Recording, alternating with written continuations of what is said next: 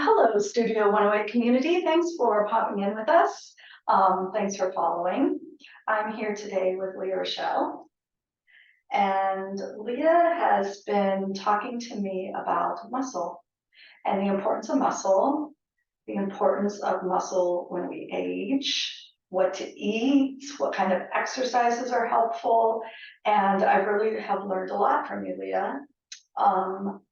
It's interesting for me to have a life journey of relationship with strength and muscle that's changed so much, and so much new information that's come forward since, I joined the gym in the 80s. Right. Well, and I think that, I mean, as far as strength training principles, I mean, in terms of increasing tension and increasing resistance, none of that I mean, right, so using resistance as a way to build muscle, Right. None of that has changed. Fundamentally. Well, I guess, it's changed a little bit, but in terms of I think how we think about muscle as an organ has changed. So whereas before we maybe just viewed it as this organ of locomotion, right? What moves our body and what enables us to work out and to exercise and to get through our day, when really it's so much more than that. And it's been coined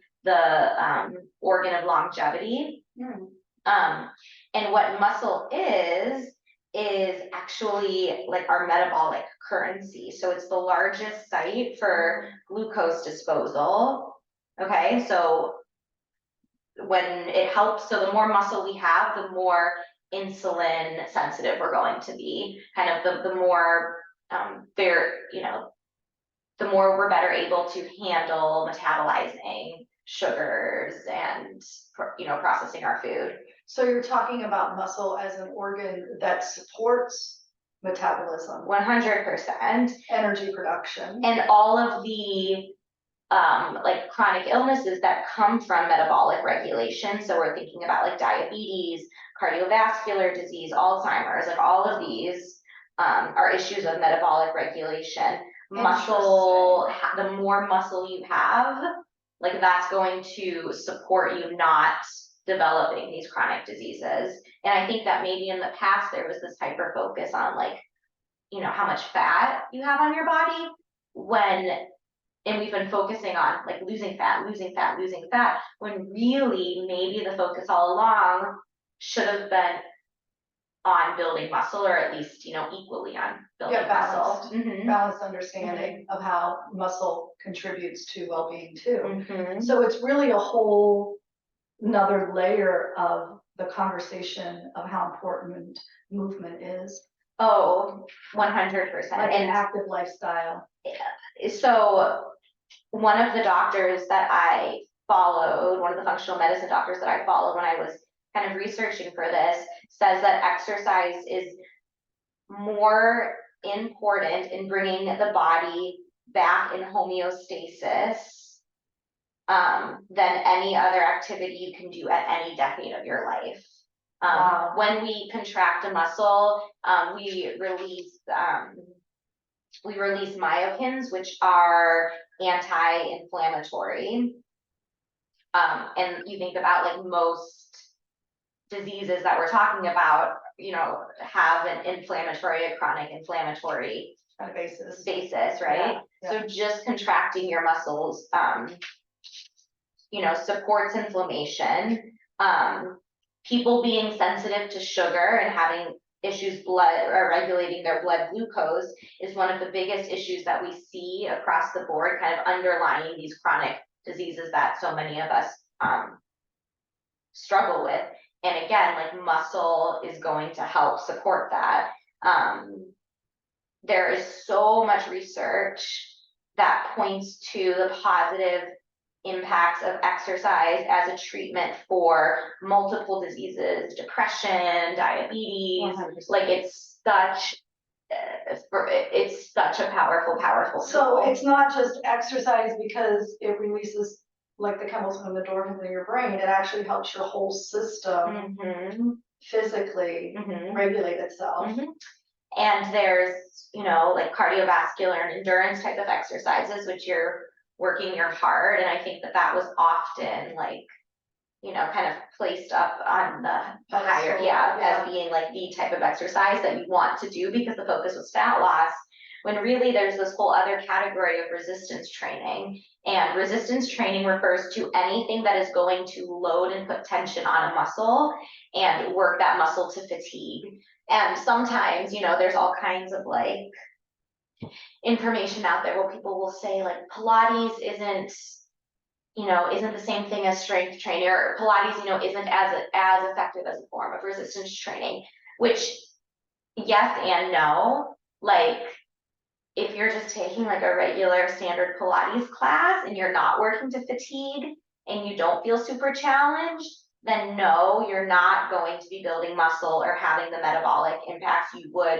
if you were lifting weights. On the other hand, if you're taking a challenging Pilates class where you are utilizing those principles of time under tension, you are, you know, working to fatigue and loading the muscle to a point where you're challenged, you're getting the same metabolic and muscular hypertrophy impacts you would if you were lifting heavy weights. So I think I sometimes get irritated as like a Pilates instructor when people say that, because, you know, there are two ways to load a muscle. One is with weight and the other is with time.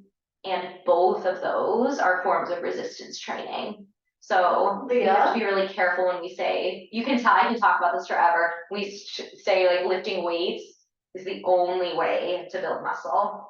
Leah, yes. Let's talk about your Pilates reformer class because I take them. And how do you feel when you take them? Like that, like so many feelings that I don't know what to say. It's really, really challenging. And there are times when I ask you to take the resistance off because I feel like the load is too heavy, and you don't. You say, well, this is less than your body weight when you're standing or walking or squatting. Like you encourage me really to be tolerant of that sensation of loading a muscle. Yeah, and definitely like the whole idea of like light weights, or only use what light weights if you don't want to bulk. Like again, like that's not really, there's a fallacy there. Yeah, right. So like in my barre classes, we have light weights, but we definitely work to fatigue. We're actually like getting more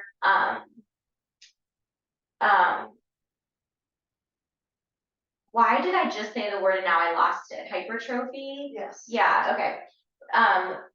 Working higher reps, lighter weight. So if we're talking about bulking, you actually like can build muscle with or you can build bulk with light weights.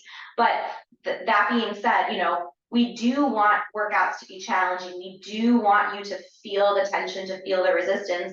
And if that means that you lift heavy weights, then do it. If that means that you go to a challenging barre or Pilates class where the instructor like knows what they're doing, then do that.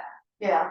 I also noticed that at first it feels like a really, really heavy load that I can't do. But after a couple reps, I'm like, oh, okay, I have this, and then I have it until I'm fatigued.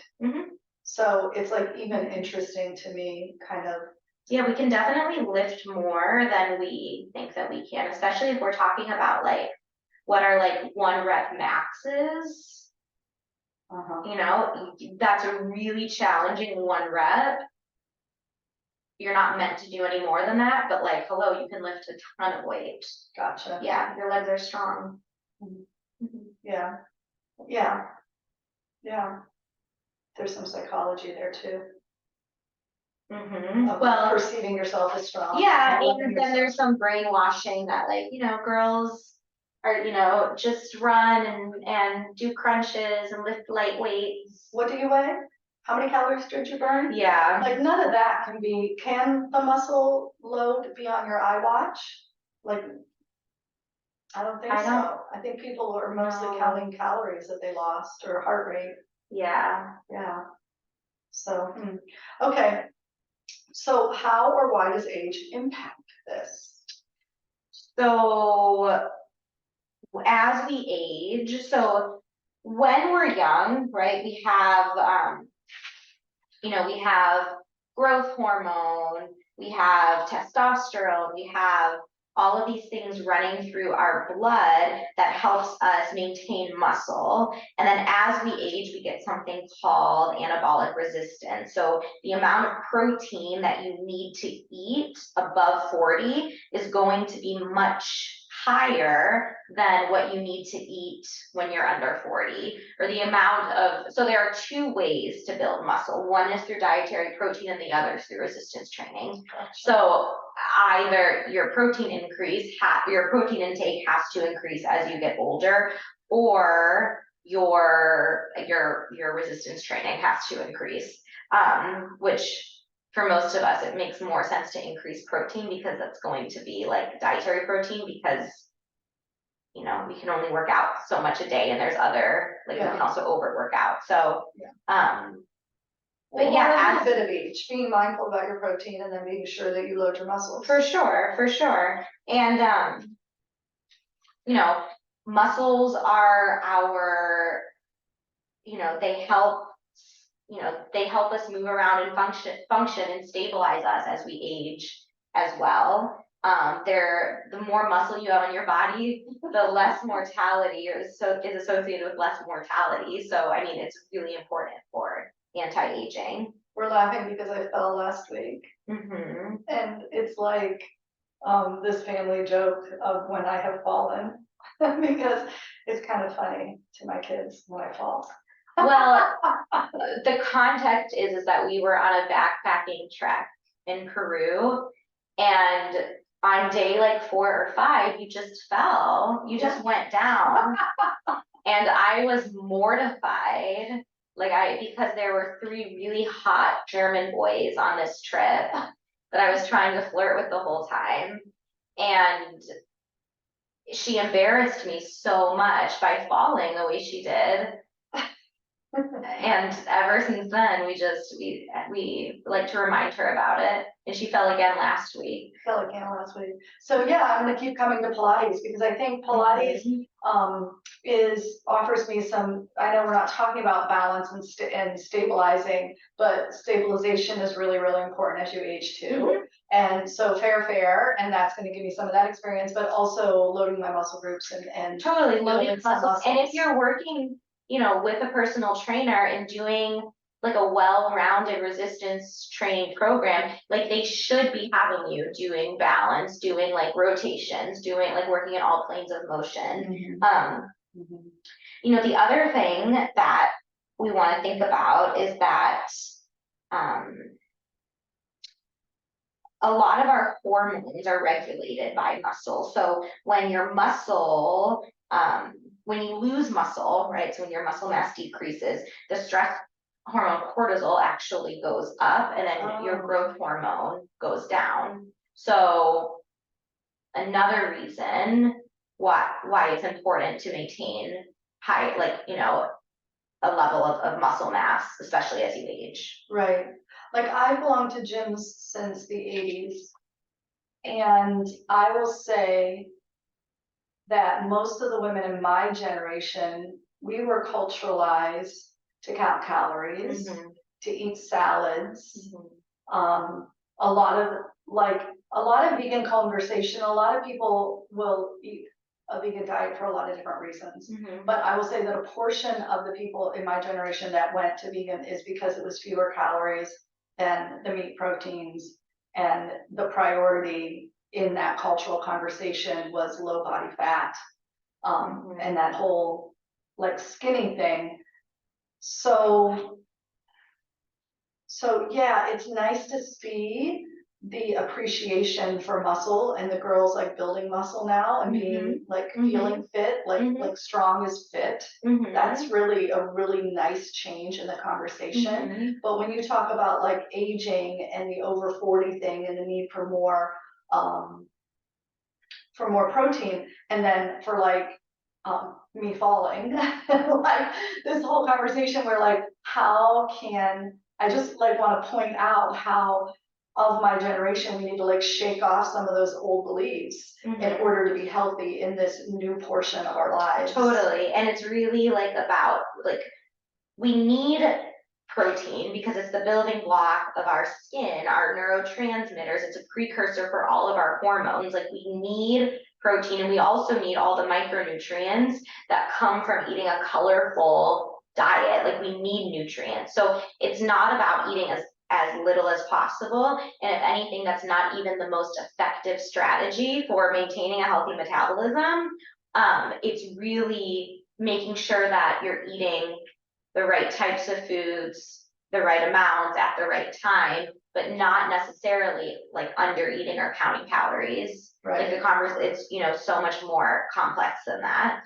If you're working out and you're not eating enough protein, does that? If you're working out and you're not eating enough, you might actually gain weight or have a hard time losing weight. Right. If you're working out and not eating enough protein, your body might not repair itself as effectively as it could. You know, you'll still build muscle. I guess it depends how little of protein you're eating. And you have surprised me when you talk to me about how much protein, and don't say it in grams because I don't have any concept of that, but like when you told me how much protein I should be eating compared to what you saw on my plate, I was really surprised. Well, and again, like the USDA recommendations are going to be a little bit different. So like I think like the standard USDA recommendation is like, I'm gonna use grams because it just gives context, but it's like 0.35 grams of protein per body weight in pounds or something per day. Whereas I've seen functional medicine doctors put that at like 0.75 much more grams of protein per pound of body weight. And I've seen functional medicine doctors who work with women who are like aging or postmenopausal say 1 gram of protein per ideal body weight in a day. And then muscle builders, like bodybuilders, will say like 1.3 grams of protein. Like that's a ton. But what I've done for myself and what seems to be a good recommendation is like around 20 to 30 grams per meal. And then, you know, including protein and snacks, and aiming for like 100 grams or your body weight, excuse me, in your body weight in pounds, that number of grams of protein in a day. So it's a lot more than I think we're used to eating. And in order to get all that in, I've got to be thinking about this throughout the day, not just, you know, protein at dinner time. So, okay, so we know what animal proteins are. We know like the meat category, what that is. But you helped me to identify like some other ways to layer in more protein. Can we name a few of those? Like I remember putting hemp seeds. Yeah, like I'm putting hemp seeds on my salad. Okay. What else is helpful? Well, you want specifically plant-based protein? No, just what? Okay, like just to help folks. Well, so like I'm a big fan of those. Like I like those chomp sticks, those beef jerky sticks. Okay, cool. I want to say have like 15 grams of protein and they're really simple ingredients. And when you're thinking about like, you know, plant protein versus animal protein, you know, first, well, animal protein is going to have those things like zinc and B12, which are vital, that plant protein will not. Yes. And then there's also like a bioavailability factor where we'll probably absorb more of the protein from animal products versus from the plant product. That being said, I'm not a fan of like animal product proteins that, you know, where the animals were like mistreated and there's still like a ton of like chemicals and like that. It has to be quality. Yeah, so like the quality matters, but in general, animal-based protein is more bioavailable. I do like hemp seeds. They're a complete protein. Chia? No. Not chia? No. Okay. But it does have amino acids in it. Oh, okay. I can't quite remember. I want to say like quinoa is a complete protein. There's a couple of quinoa is, yeah, complete proteins, but or like, you know, combining like rice and beans will also do that. But then it's like when you get into plant-based, then like your carbs are going to be way higher in relation to the sugar protein. So yeah. I don't know. I'm a big fan of collagen powder. I'm a big fan of supplementing with branched chain amino acids and like drinks, especially if you're trying to get in more protein and you're over 40. You can drink those during your workouts. Canned sardines, hard-boiled eggs. If you are able to do dairy, then like cottage cheese and Greek yogurt can be good options. How else do I get my protein? Almond butter? Almond butter, I would put that more into like the fat category, but there's, yeah, I mean, it's not like it's not like super, yeah. But definitely like nuts and seeds have proteins. I feel like I need another lesson. I'm glad you're Yeah, telling like me none again. of your, none of that. None of my ideas are good, but you know what? I'm learning with you guys. Yeah, so there was one other, and then protein powders, like you can supplement with protein powders, finding clean protein powders. I know, Kelly LeVeque, it's called Be Well by Kelly LeVeque, and she makes a really clean, like beef protein isolate that just has like one ingredient in it. If you're able to do dairy and you're able to do whey protein, then you could consider that. There's goat's milk whey, which is easier to digest. I don't do dairy protein powders, they upset my stomach. And I also don't do the beef protein isolate because I find it too expensive. So I will use collagen powder, but because it's not a complete protein, I'll just make sure that I'm getting animal proteins throughout the day. And then sometimes I'll use like a super clean plant-based protein, like pea protein or hemp protein, something like that, that's plant-based, and then just look at the ingredients, making sure that there's not a ton of like fillers and gums and added sugars and all of that. Since you've been working with me on eating more protein throughout the day, I'm able to focus better and I have more energy. It's like, yeah, It's made a big difference. yeah, and it's so simple. And really, it was just me being lazy. It wasn't like I made a conscious choice. Oh, my sweet friend Lizzie just texted me. I love her. She's a dear. I know. Okay, so we covered the importance of protein. In terms of what type of exercise, we touched on that. Is there anything else you want to say Resistance about that? training. Yeah, because we have a lot of things here that really kind of fall in that category. The Pilates reformer, the barre. You're doing a I lot know. of muscle groups. We do, and it depends what type of barre class. So like they'll say like, oh no, barre is not sufficient, but like it really depends because that like it's simplifying it too much. And the problem is, and again, I love lifting heavy weights. Like strength training is great also, but it's a little bit more nuanced than like one is good and one is bad. It 100%. literally just depends. And I've done weightlifting classes where I feel like I haven't gotten as much, I haven't worked to fatigue the same way I have in a barre and Pilates class and vice versa. So yeah, and it literally just Pilates, you guys really work on those deep stabilizer muscles, not just the mover muscles, which I think is a super important distinction. Yeah. Yeah. Yeah. So a lot can happen. Yeah. There's a lot to put together. And if you're confused, come talk to me. I love answering questions. Yeah. Yeah. So free consultation for functional medicine health coaching. We do, yeah, 30-minute free consultation. I have this really cool new app that I've been utilizing with clients. I've overused the adjective cool, and it's one of my pet peeves.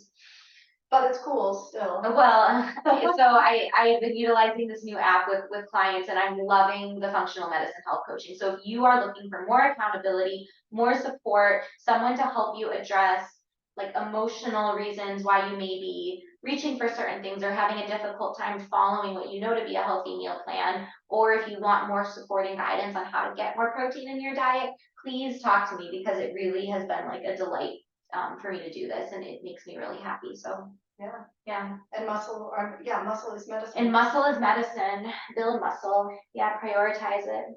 Thank you, Leah. Thank you, Mom. Are you ready to answer Liz's text? Yeah, Lizzie's. Yeah, get Lizzie's text. Yeah. Okay. Bye, y'all. Thanks for following. Bye. Namaste.